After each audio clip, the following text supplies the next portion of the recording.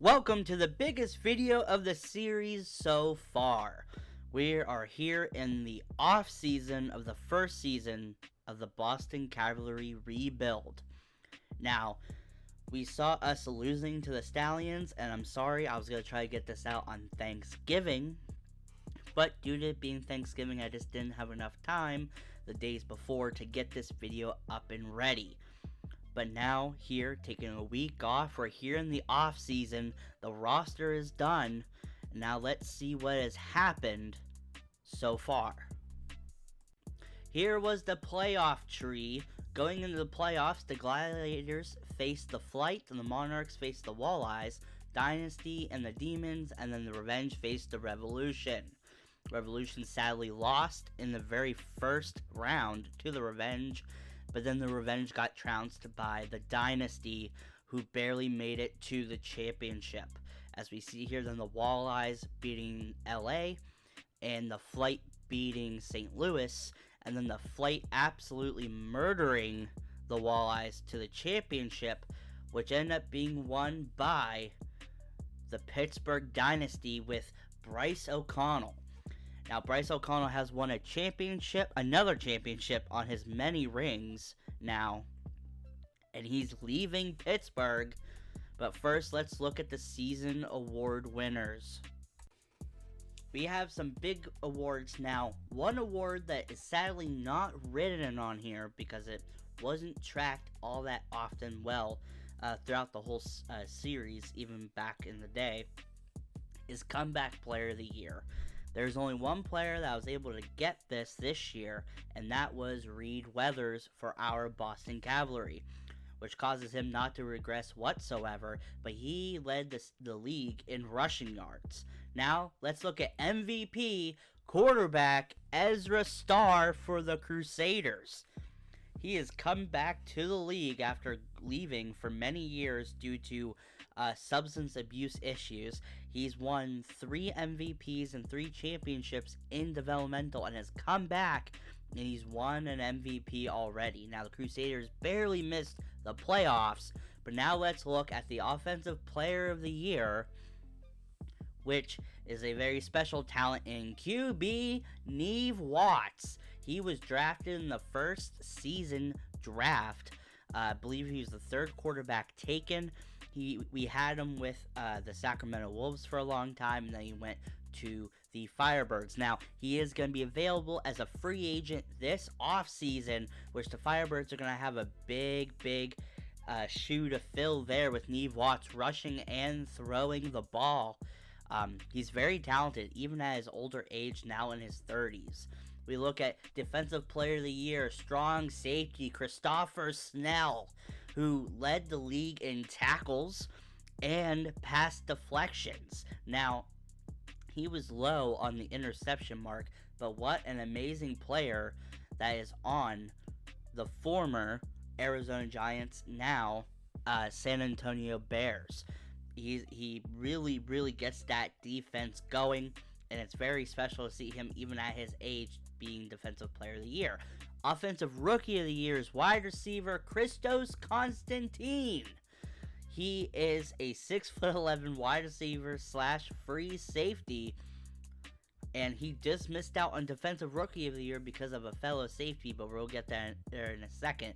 But Christos, he led the league in catches while defended. He didn't really get open a lot, but due to his size, Hung has a really good chance at hitting him deep. Now, Defensive Rookie of the Year, strong safety Henry Kinder.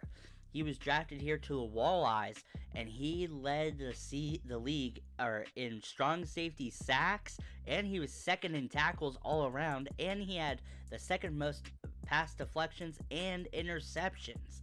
He was an absolute dog this year, and he's been promoted to gold as a star safety in this league, future Hall of Famer already. Now, passing title goes to Ezra Starr. He led everyone.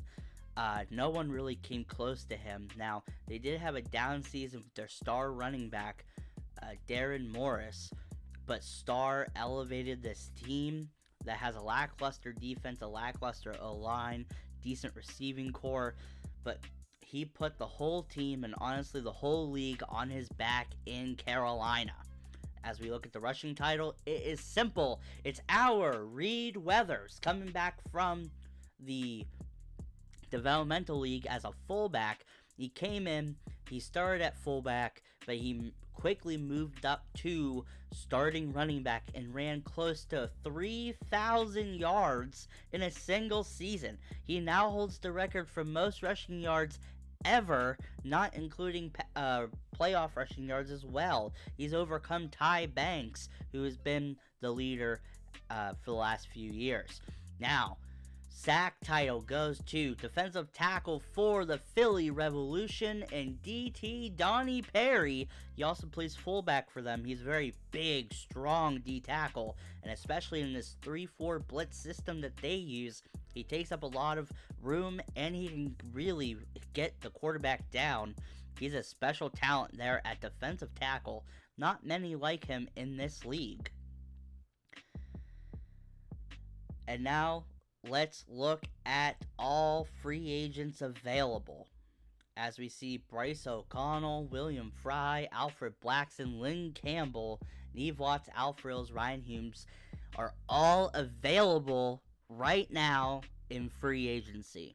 Bryce O'Connell is probably the best quarterback out of them all.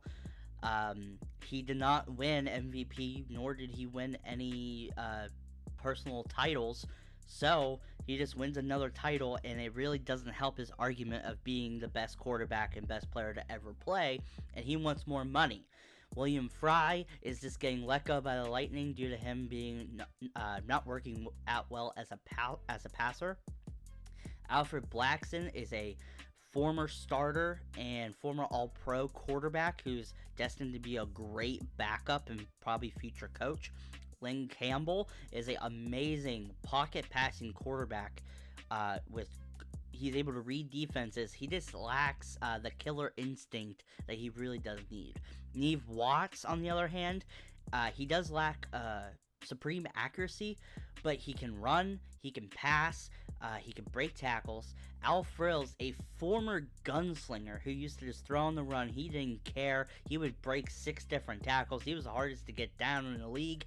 And now he is a for real game manager, which is really crazy to see him turn into this type of player. And then Ryan Humes as well. He has fallen from grace the last couple of years. He's been released due to the commissioner release program that players can ask for their release through the commissioner, and some are granted, some are not. And this year, Ryan Humes again was granted.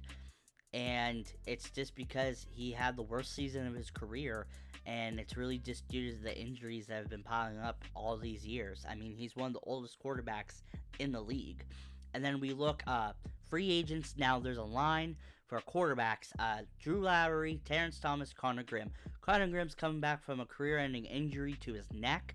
He was supposed to be for Boston, but now rumors are starting to show up that he might be going to Sacramento with his former coach who left Boston to go there. And so he'd be a great offensive coordinator. He was also offensive coordinator this past season for the Dragons. He was given a lot of problems due to them only winning like 2 or 3 games this season. Terence Thomas, the cannon, he has one of the biggest arms, and in the draft, his nephew, who he helped train as a quarterback, is also in the draft as well. But Terence Thomas has one of the biggest arms, and it's locked and loaded and ready to go. And then Drew Lowry, a former gunslinger, scrambling type quarterback, who's really starting to learn to be patient in the pocket, who is probably one of the best quarterbacks coming out of developmental. He was already been drafted. He had to go back just like Terence Thomas. Terence Thomas was, he ballooned up to close to 400 pounds, failed a physical, and he ended up retiring after that season, and then now he's been trying to get back into shape. Drew Lowry, on the other hand, he wanted to gain some weight. He wanted to be more patient, and the last time we saw him in the big leagues here, he only threw 1 interception, which is pretty interesting. And he has not thrown an interception since. In developmental, he did not throw 1, which doesn't really happen much. Lowry is very talented. We need to see where he'll go from here. Now, running backs, we don't have many. We have Darren Morris, who's let go by the Crusaders due to his down year, which is insane because he's one of the most balanced, best running backs in the league. Lawrence Hackney released from the Tigers due to him not meeting his standards of play. Mike Clark finally leaving Sacramento to try to go somewhere else. Mike Clark was the first player ever added from you guys through YouTube. So if you guys want to add your player, go ahead and put them down in the comments down below. And then our former running back, Rashawn Routh, who got less and less touches throughout the year, he's going to a new team as well. Wide receiver, there's one available. It's Marquis Butler.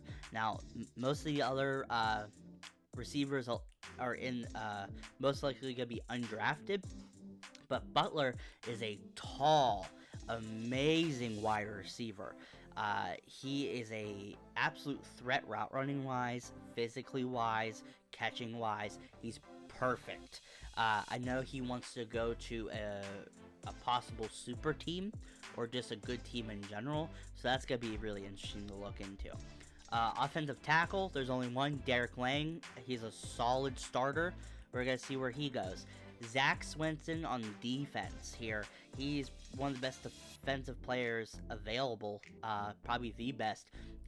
He was trying to get let go last season due to their Monarchs' bad season. Now with their new coach and owner in Chris the Franchise Young and starting quarterback, you would think he would want to stay, but he's really trying to get out of LA to be closer to his family on the east side. He might be going to Boston due to him being from Boston. So will the Cavalry pick him up? We don't know. All it's known is the Cavalry are going to make some big changes due to their new coach Cameron Scalone and a lot of their team just retiring. So let's see here. Let's go to the next position in D tackle. We see starting D tackle Benedict Bryant from the Warthogs being available, and a little known player in Omar Reed leaving the Bullheads in Miami. Now linebacker, there's two available in Galen Farmer and JC Jacobs, which was stunning. I personally think they should have kept JC Jacobs, but there are a lot of linebackers coming out of developmental, so it kind of makes sense.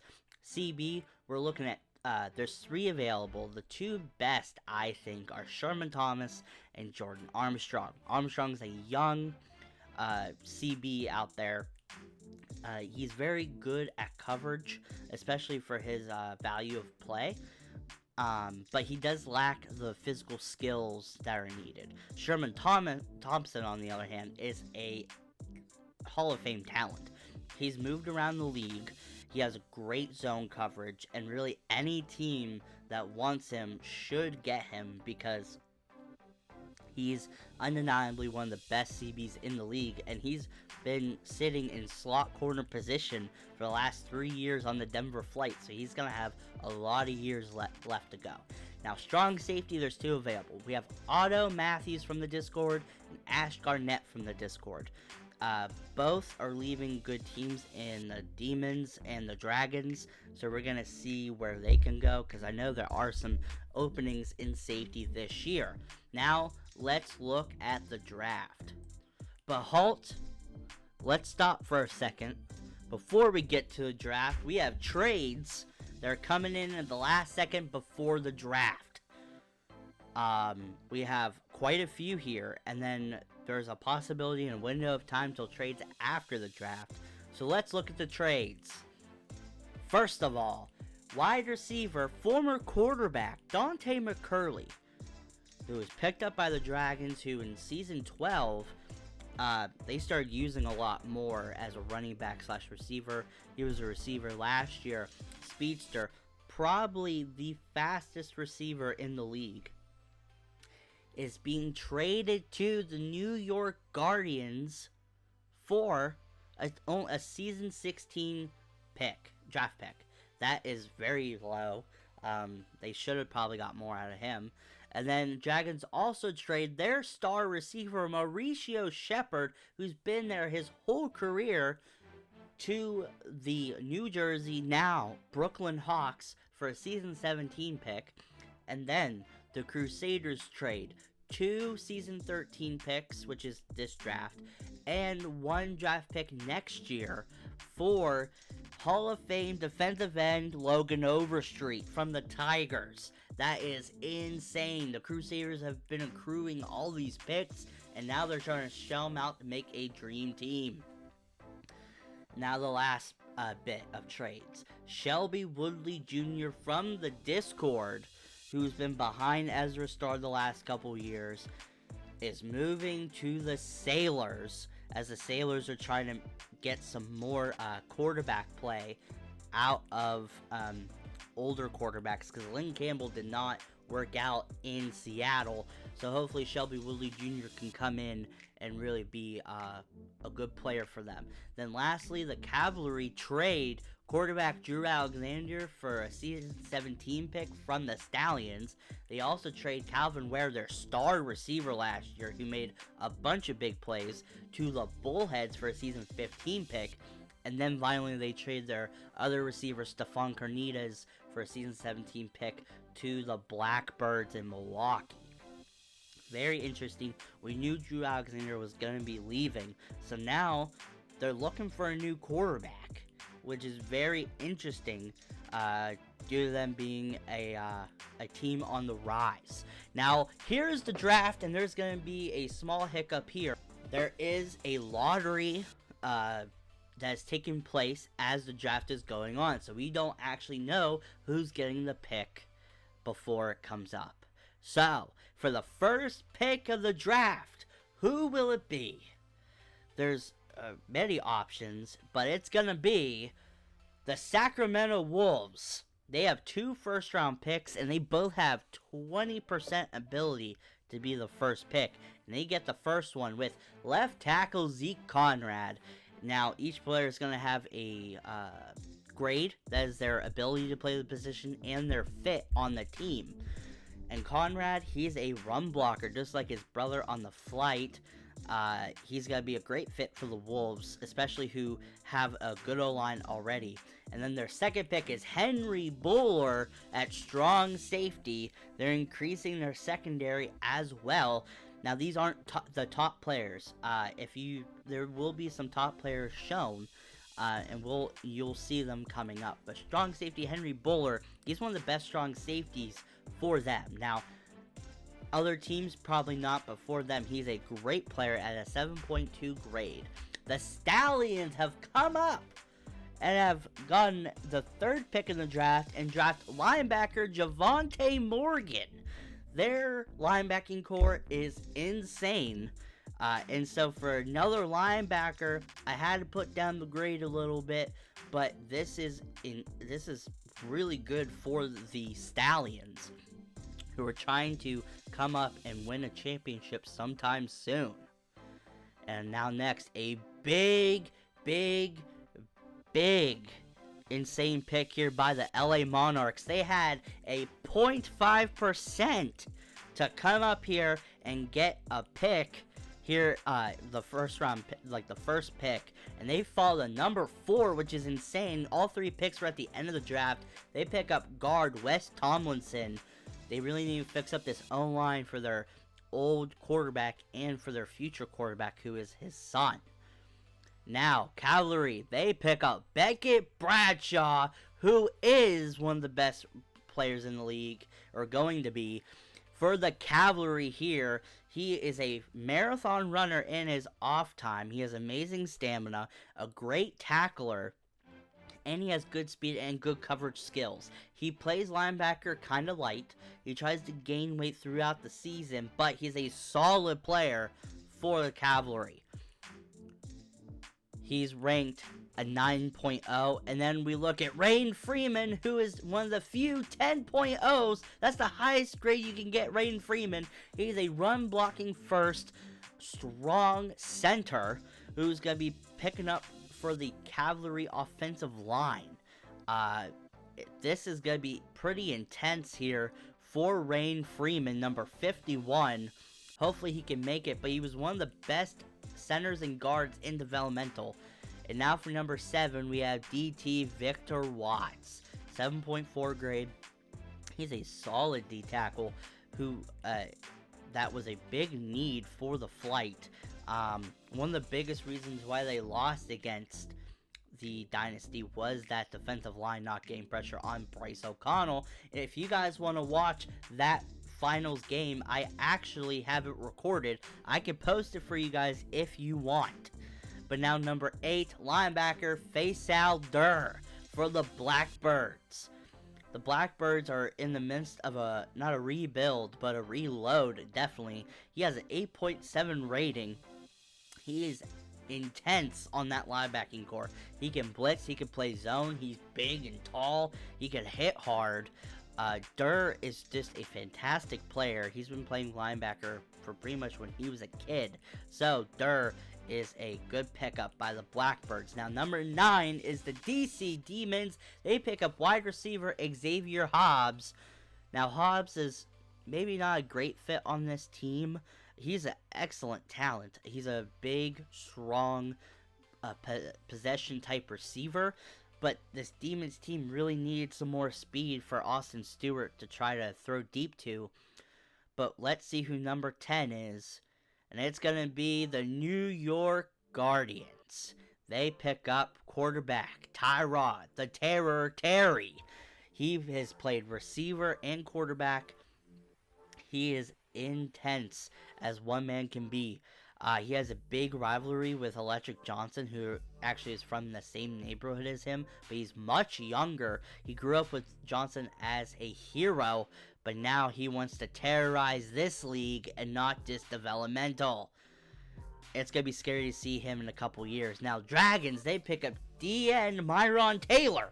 Oh my goodness, they pick up a generational edge talent.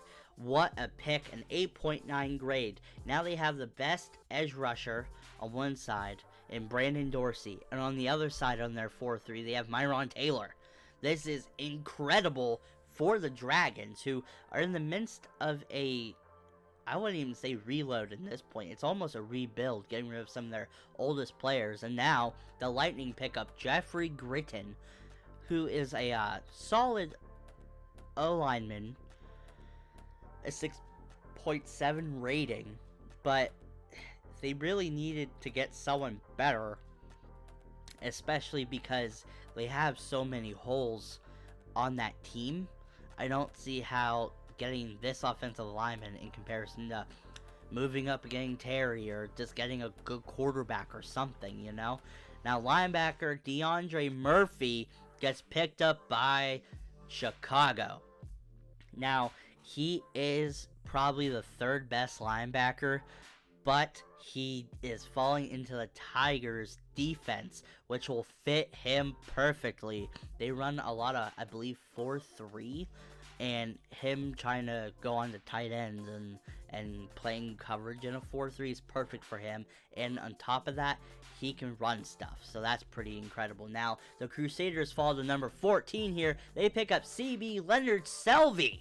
He was supposed to be in last year's draft, but he decided to stay in developmental for one more year, and man, did it show. He is the best CB coming into the league. No one has caught a pass in developmental against him in 3 years. He is incredible. He leads developmental in picks in all time. And so now he's going to be with the Crusaders. And now the Walleyes, pissed that their pick Selvey went to the Crusaders. The Walleyes now have to pick Pearson Moore, who is a good CB, good coverage skills, good agility, especially off that back foot. But the problem is his actual coverage skills are lackluster. And if he gets beat, it's going to be a deep touchdown, most likely. Just due to the fact that he doesn't have the comeback speed to really make up for big bad routes. Now, the Tigers now pick up another linebacker in Kalec Finch. He is a hard hitter. He lacks some coverage skills.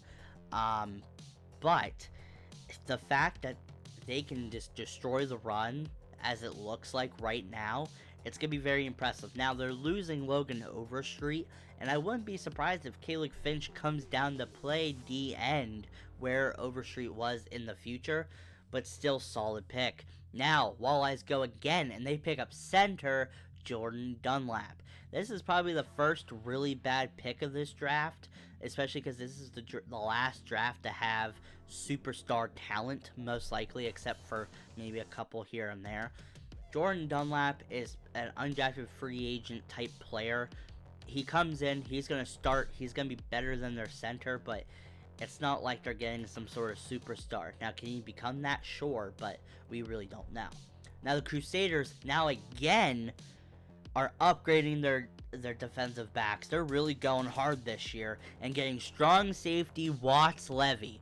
Now, they're going to be playing a lot of cover 2, a lot of cover 4, and a lot of man coverage, especially man. Selvey is going to be picking up those guys, so Levy's going to have to probably play over the top, which is why his grade's a little lower, but his coverage skills are good, and his tackling skills are good. Now, the Blackbirds here, they pick up guard Steven Spencer. His brother is also in the draft as well, I believe, and Spencer's a talented guard who's going to have a future in this league, indefinitely, especially with a good running team like the Blackbirds. I'm really going to be surprised if he's not a very good guard in the future. Number 20, we have D-tackle Jared Gardner. He's picking up for Omar Reed. Now, Omar Reed was good. He was not a great talent, but he was good at run stuffing, and especially on that team that has a lot of big guys. Now, luckily, you have Jared Gardner, but he's a smaller guy. He's actually an edge rusher who's kind of gained weight to play inside a D-tackle. That's why he's one of the worst picks, probably, because he could have been undrafted. Now, CB DeAndre Duncan goes to the Ohio Hogs. They are trying to upgrade their defensive back core. Probably we're going to pick up more in the undrafted free agency because that position is kind of deep this year. But a 6.5 rating, I mean, an average rating is a 5, so a lot of these picks are above average, but still, DeAndre Duncan, he has good speed and he's tall, but that's really about it. Now, linebacker Michael Robinson somehow falls all the way down to LA. Now, 2 of these picks are going to be LA's picks, but Robinson is a starter on any team linebacker-wise. The reason why he fell was most likely due to stories of him being a partier, but athletically, field-wise, Michael Robinson is a perfect fit for LA and their defense. Now, guard Wilson Spencer, Steven Spencer's brother, falls to the Bears in San Antonio. Now, he is an upgrade to their former guard that they, had a hole for, but again, he's not a super special player just like Steven Spencer, but he does have a huge future in the league. He just needs to keep going. Now, number 24 is going to be the Monarchs, and they pick up former basketball player and pick here in Angel Lopez. I'm honestly astonished. Lopez is one of the best basketball players ever to be in college, and he has come out to play football due to an injury to his knee that made him lose a lot of his quickness, but he loved football, and he is here in LA. What a pick by the Monarchs. But here, let's look at the trades after the draft. Wide receiver Marcus Oliver leaves the Firebirds. They're just trying to get rid of as many players as possible for a season 16 and season 18 draft pick from the Revenge and Tampa Moss. Then the Sailors trade, who they gave up most of their trade assets the last few years to get strong safety Emmanuel Tanner Sr. They're now trading him and their UDFA pick QB Junior Barnyard to the Warthogs for linebacker / strong safety Tanny Dillon and quarterback Rashawn Derricks. That's incredible. So Junior Barnyard's going to be starting most likely for the Warthogs, and Emmanuel Tanner's going to be on that defense. Woof. And then lastly, the Crusaders get 2 season 15 picks and 1 season 17 draft pick for HB Angel Akins. Now, Angel falls to yet another team. He's been on the most teams of any player. And man, what a big offense the Crusaders have now. And then lastly, the last trade before we go into the off-season overview.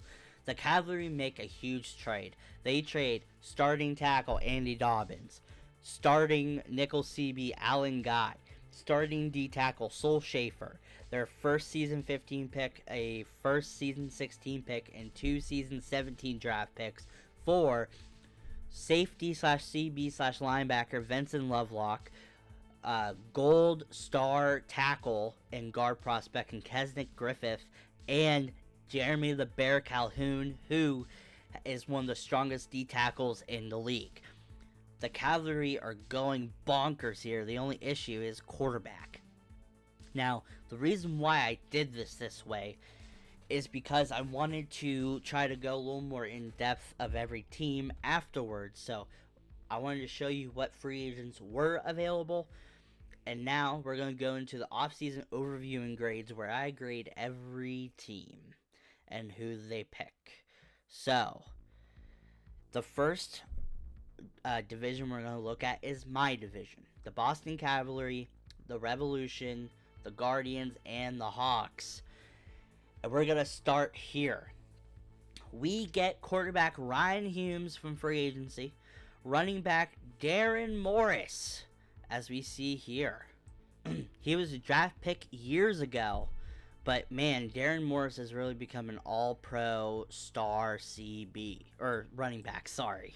But yeah, Darren Morris is absolutely fantastic. And then we look down to Rayne Freeman, like we saw, Beckett Bradshaw, like we saw, quarterback Jackson Thomas, Terence Thomas's nephew, the youngest Thomas, I would say, other than Terence Thomas's youngest brother, but he won't be coming out for a couple years. But quarterback Jackson Thomas, he is amazing. He could be wide receiver, tight end material, running back, even though he's a little too tall, and quarterback. Now, he came out early due to him trying to play baseball and it not working out. And then, so he wanted to play quarterback, but so he played behind his uncle, Terence, all last year in developmental. And then wide receiver Tanner Beckham III, UDFA pickup. He's a former tight end. They're moving him to wide receiver. He's one of the best blockers, especially for his size. And then tight end Bryson Rice, former wide receiver. But the crazy part about him is he's 6'7", almost 300 pounds. He could play tackle if he really wanted to, if he wanted to gain a little bit more weight. But Bryson Rice is the real deal here at tight end for the Cavalry. And then, as we look, Evan Forbes, another big linebacking prospect for the Cavalry. And then we saw Vincent Lovelock, Bear Calhoun, and Kesnick Griffith all trade. Overall, I know it's my team, but I would give it an 8.2 out of 10. They probably could have got a better quarterback. There's a bunch of really good quarterbacks this season, but Ryan Humes, I think, will work out just fine. A lot of people around the league say that he is a locker room cancer, when in reality, I just think that, especially with a coach like Cameron Scalone, who used to be best friends with Ryan Humes back in the day, who used to battle with Ryan Humes back in the day, back and forth, I think Scalone coming from a quarterback's eyes, I think will really work out, especially for him and Jackson Thomas. And now, let's look at Philadelphia in the Revolution. They didn't have a great offseason with getting Derek Lang. That's definitely a good pickup for them to try to help out Javon Hero at quarterback. CB OJ Odom, he is okay. Solid starter, I guess. And then linebacker Noble Golden, UDFA pick. I gave it a 6.1. There's nothing really special about the Philadelphia Revolution offseason, but they also had a really good season last year, so why change much? Guardians, we see they got wide receiver Dante McCurley, as we saw. They picked up Carol Blackwell as a UDFA, and then we see they picked up the best edge rusher in the league in Zach Swenson. Swenson's an unbelievable talent, and he has made his way to New York. It's crazy because there's rumors that he was going to Boston, but he went to New York, and their rebuild is looking real nice. As we see here, they also got another quarterback. They drafted Tyrod Terry, but they also picked up Neve Watts.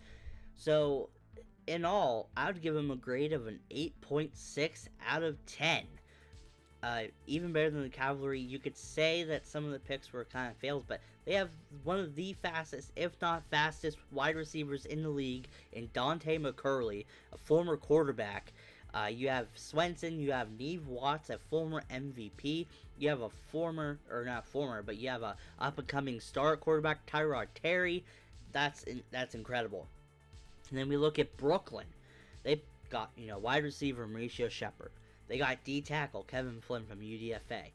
And then they look here, they got Sherman Thompson, from free agency. An amazing CB here. He is incredible, especially his ability to cover. He has very good coverage instincts. Now his catching is lackluster, but he's not going to catch a lot of picks, but his pass deflections are incredible. And then lastly, for our division, we have the biggest player available in the offseason, and that is quarterback Bryce O'Connell. He left Pittsburgh. He said he wanted to go to a bigger city, so we were thinking Guardians, because they needed a quarterback. We were thinking even trying to make it out west. No, actually, he goes to Brooklyn, because it was also rumored that he might be going to Boston, but he went to Brooklyn. Brooklyn, New York, a cultural significant city. What an amazing pickup by the Hawks here with Bryce O'Connell.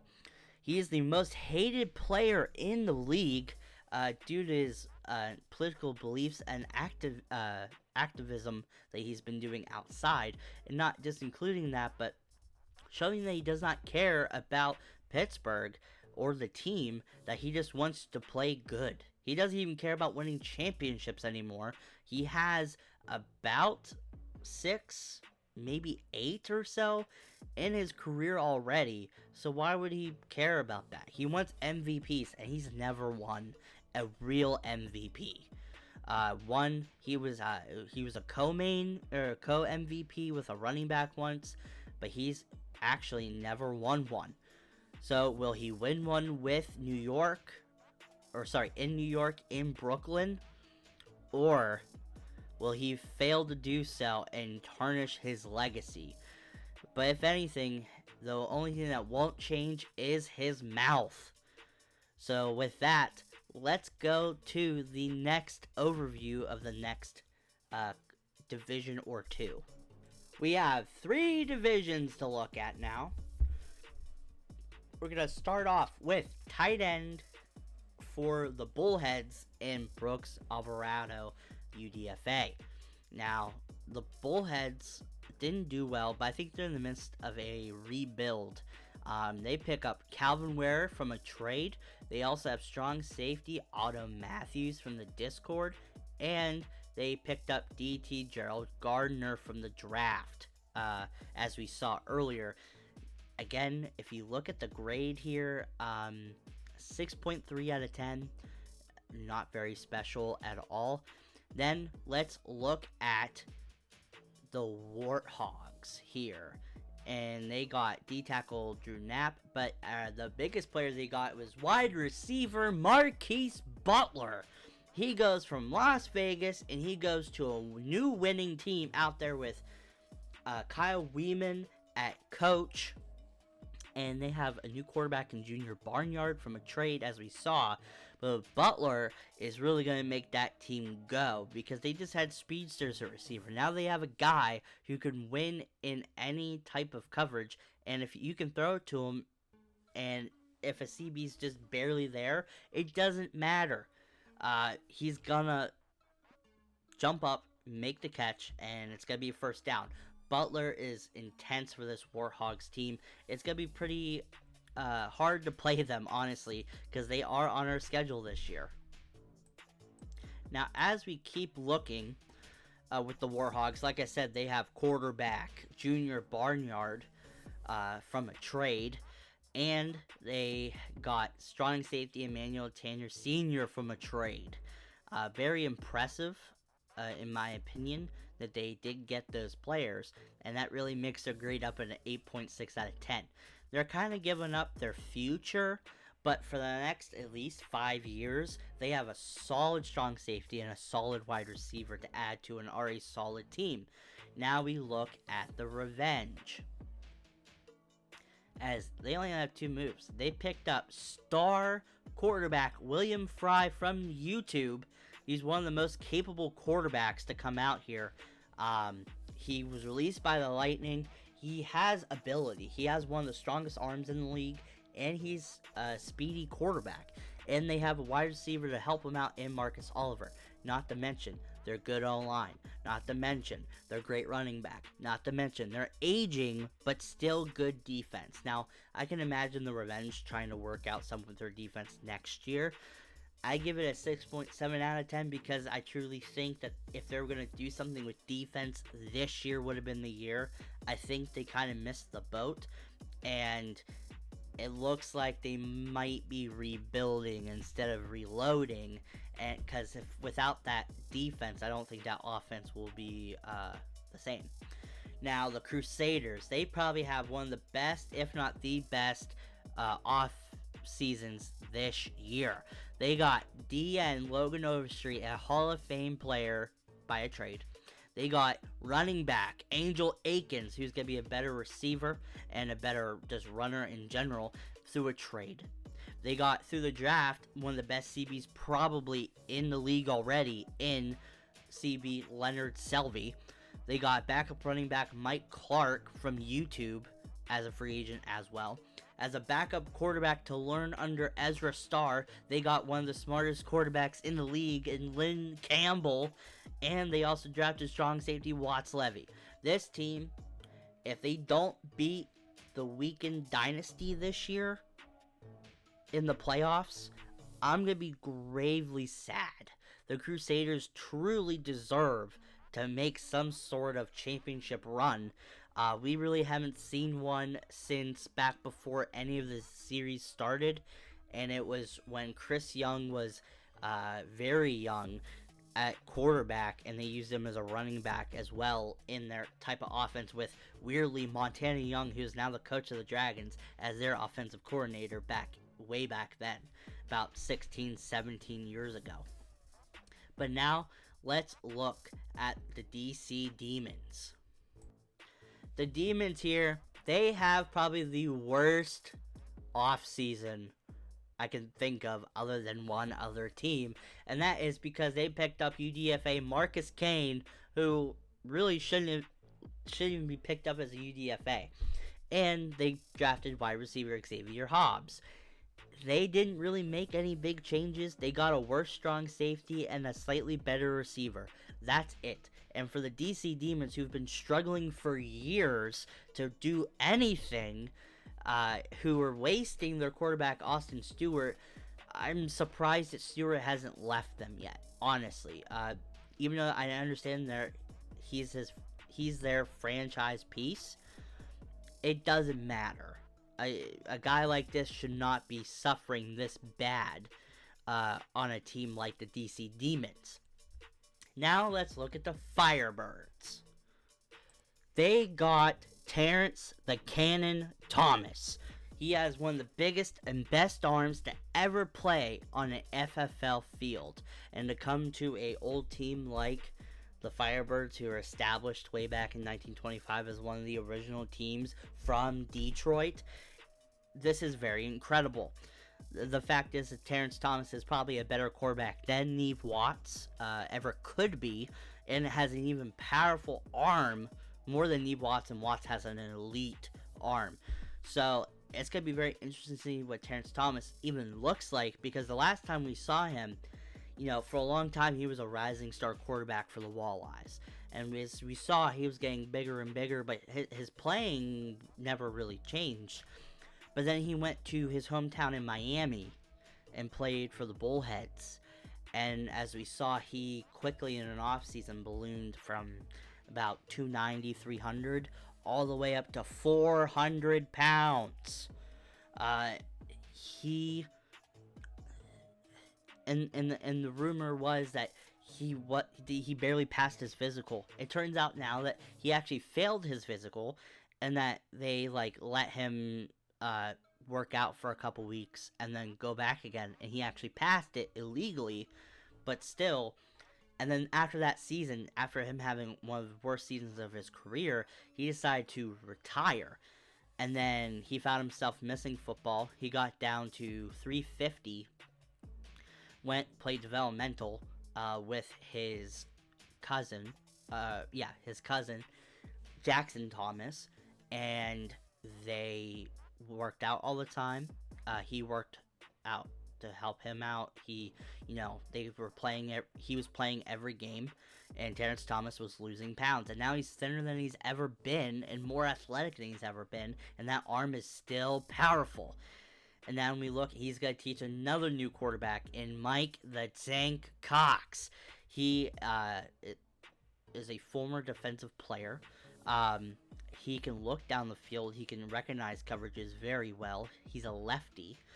And he has an okay arm, but he can also scramble. Not amazingly, but he can scramble. What gets him the name the Tank is the fact that he is a smaller quarterback. I believe he's 6'1", but barely that. They said he's 6'1", but I doubt he's 6'1". But he's very heavy at 250. But he can run through you like anyone's business. Imagine a scrambling quarterback who can actually read defenses very well. His only issue is that he lacks supreme arm strength like a lot of these scrambling quarterbacks do have. So that's why, and then they also got Tampa Moss in a trade. Now, the reason why they get a grade of a 5.2 out of 10, that means basically that they didn't really change much and possibly got worse. And I think that's just because of Tampa Moss and the fact that you're putting Terence Thomas in a situation where most likely he's going to lose due to his receiving threats. I just don't find that to be healthy. And you're hoping that Mike Tank Cox actually becomes something. Not saying he won't, but you're really playing for the future. So this grade in the future could be a 10 if Cox becomes a supreme quarterback, but highly doubt it. The Dynasty have probably one of the worst off seasons they've had in forever. They have no draft picks due to them trying to get Bryce to stay last off season, and they traded for a whole bunch of players. They have a super team, so they got tight end Floyd Randall, who's okay. They got Johnny Demiquez, who's okay. He could definitely start. And backup quarterback, just in case, their new starting quarterback, Nate the Great Porter, who made a name for himself in San Francisco and in St. Louis. He retired, but he unretired immediately to play for the Dynasty last year. And now he's going from backup to starter. And now his backup quarterback Alfred Blackson, who is a former starter, good scrambler, and I think has a good set of feet under him to really start if Nate Porter does get injured. Okay, we're going to try to go a little faster here because this video is going to be hella long if we keep taking 20 minutes per team. Lastly, in this division, we have the Houston Stallions. They have wide receiver Trevor Bush coming from UDFA. They got D-tackle Beckett Bryant, who's going to be solid in that 3-4 system. Quarterback Drew Alexander, we said before, he's going to be their backup to Brand McWilliams, which is very interesting. I'm wondering if they're going to try to make him better and have Brand McWilliams take him under his wing, almost like Ezra Starr has in the past. That's going to be very interesting. And then linebacker Javonte Morgan, who's an absolute beast for them. They get a 6.4 out of 10. They made some good moves, made their team a little better, but it's not like they signed Marquis Butler. Now, the LA Monarchs in the next division we see here, they pick up Galen Farmer. They also pick up DN Travis Stank, which both are solid starters. It's sad that they did lose Zach Swenson. I think they're going to really miss him.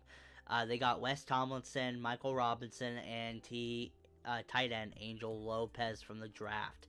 It's going to be very interesting to see Angel Lopez try to fit in the system, which is more run heavy. And if they usually don't have tight ends on the field, so they run a lot of 3 wide receiver sets. So we're going to see how he can get on the field. How in the future we could see him moving to wide receiver for them. Now, the LA Lightning have the worst offseason of the bunch, I'm pretty sure. They get a 3.7 out of 10. All they did was make their team worse. They picked up quarterback Al Frills, which technically is a come-up compared to their former quarterback William Fry. Fry was more of a future guy, and Frills is more of a now guy. Quarterback Drew Lowry, again. Now, I don't know why he picked to go here, maybe to learn under Al Frills, because as we saw with Frills, his last season with the Revolution in Philly, he started losing that gunslinger tag and really started throwing less picks. And then even last year when we faced him twice in New York, he barely threw picks last year. I believe at midway through the season he only threw 2, and by the end of the season he only threw 3 or 4, which is very impressive because he was a 8 to 10 interception guy, which is a lot for our league. So it's going to be interesting to see if Drew Lowry can really learn from Al Frills to become even more of an accurate passer. Tight end Chandler Stacey goes to UDFA to the Lightning. He's a decent tight end. Ezra Dukes is a tall receiver to really try to hold that spot that Butler left.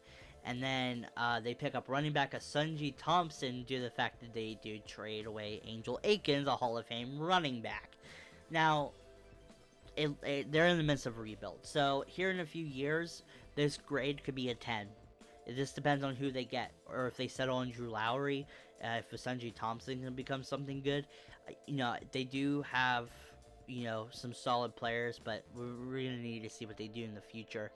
And then the Wolves pick up HB linebacker Bruno Bryant, so he's in the Ty Banks type role, UDFA. They pick up Connor Grimm as their offensive coordinator and backup quarterback. They have CB Trenton Martin from, I believe from the Discord. I don't have it on there, but I'm pretty sure he's from the Discord as UDFA. You have left tackle Zeke Conrad, who's actually moving to right, and then strong safety Henry Bowler. I would give him a 6.8. They definitely made some big upgrades, but the fact is they're trying to really remodel Evan McCarthy, run EMC as a good quarterback, and the only 2 coaches I could really see that happening with is Cameron Scalone and Montana Young. So both probably they might have their quarterback of their futures. So I really don't see that. And then lastly, for this slide, we have the Bears, who picked up Jordan Armstrong to really upgrade that defensive back situation. They got Wilson Spencer, as we saw. They got Ash Garnett to really fill up that as well. They got linebacker J.C. Jacobs and linebacker / strong safety Dublin Terry. Both amazing coverage guys, so you're going to really see this team. I think they're in the middle of a rebuild, but I think in the future they're going to be a top contender because they're really trying to make good moves.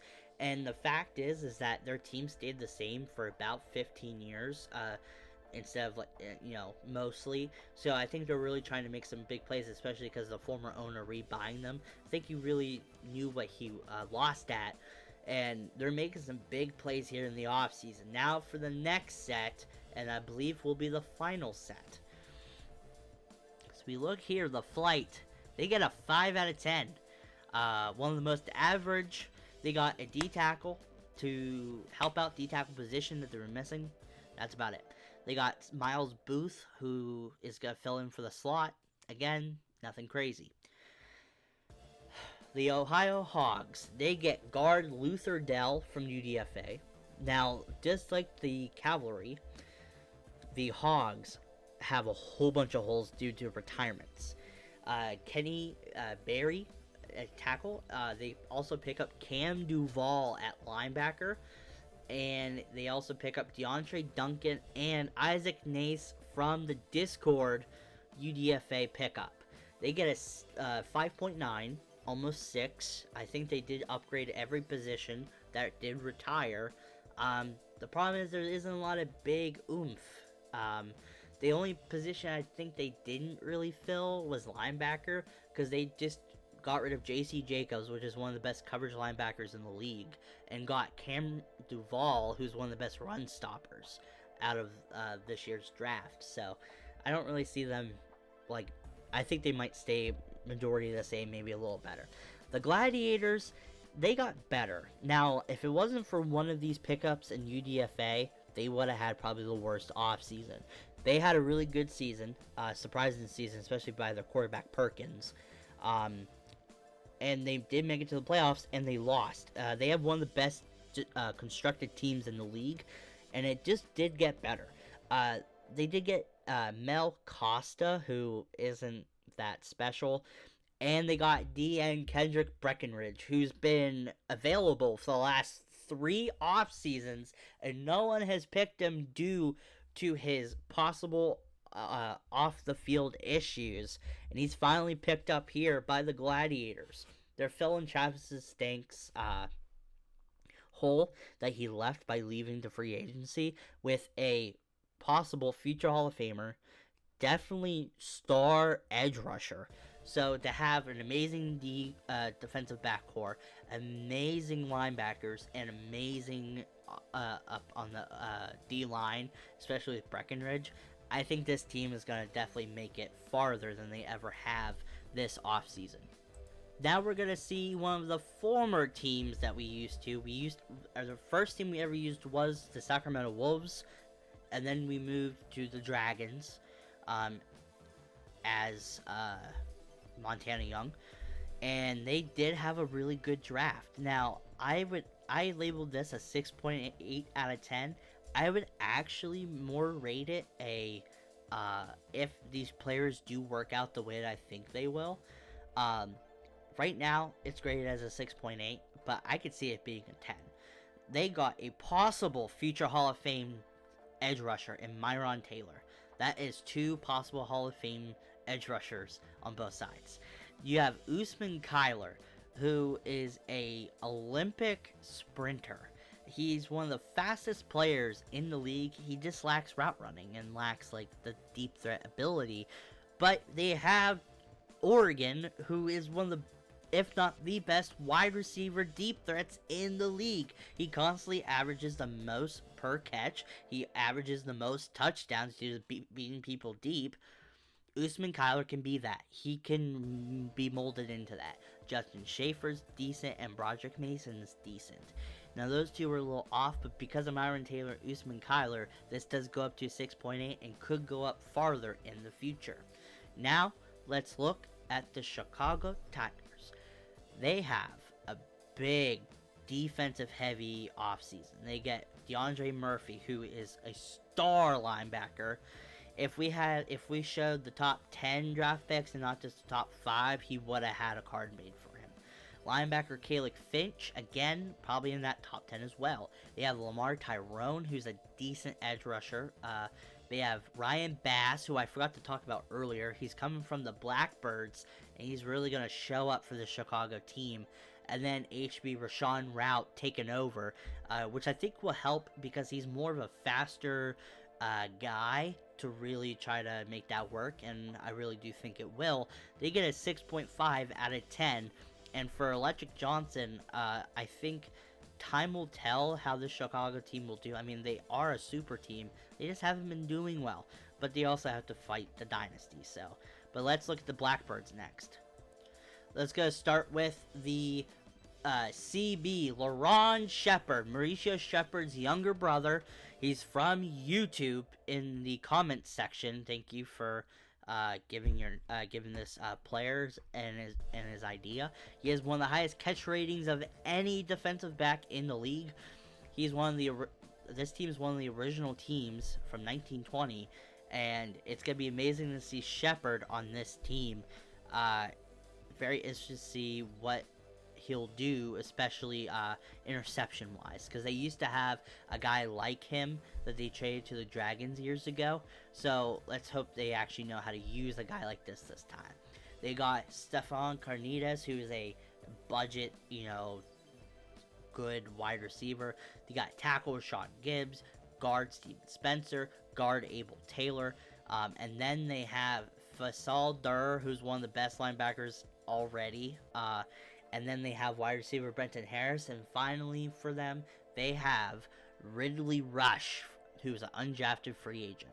His twin brother was also up here to be picked, but Ridley Rush gets picked this offseason. His brother's going to have to wait till next season. But Rush is a big man. He's always been big. And at number 99, at the position he's going to be playing, which is on not the edge, but in this 3-4 scheme, he's going to be playing left defensive end. He's a solid dude. He could play D-tackle if he really wanted to. This guy is a classic player. And I think the Blackbirds are really going to enjoy using him and using all of his abilities. The Blackbirds get an 8.8 out of 10. I really do think they should have went after a quarterback. I do think they should have upgraded some other positions. But in all, I think this was a pretty good draft for them. Or good offseason, I should say. Next, the Sailors. They got quarterback Rashawn Derricks from the Discord in a trade from the Warthogs. Which is now interesting because now Rashawn Derricks and Shelby Woodley Jr. are both on the same team. And Derricks is actually going to be showing Woodley the ropes of the offense. Which is funny because Woodley was supposed to be the better quarterback out of their draft. And they're the same age. They also have running back Lawrence Hackney to really try to show how special he can be. And then finally, Tawny Dillon's picking up where the future Hall of Famer, Emmanuel Tanner Sr., left off. I'll give him a 5.2. This Sailors team for a long time was one of the best teams. And it just seems like year after year, even though they have decent coaching, they just don't go anywhere. They're constantly stuck at 4-10. Now, is it possibly because of their division? Probably. Is it maybe because they're on the East? Probably. But they should be better, and they're not. And they get a 5.2 because they just got rid of some really good players. And then we look at the Walleyes. They pick up tackle William Tiger from the UDFA prospect list, and he's a good tackle. He's starting for them. I can't really say much. There's not really known much about him. I just know that he's a decent tackle. Dunlap we saw, Pearson Moore we saw, and then they also get D-tackle Omar Reed, who is very underrated. I think that he was double-teamed a lot in Miami, and I think that might have given him a bad name, that he was a bad D-tackle, but in reality, I think he was a good D-tackle.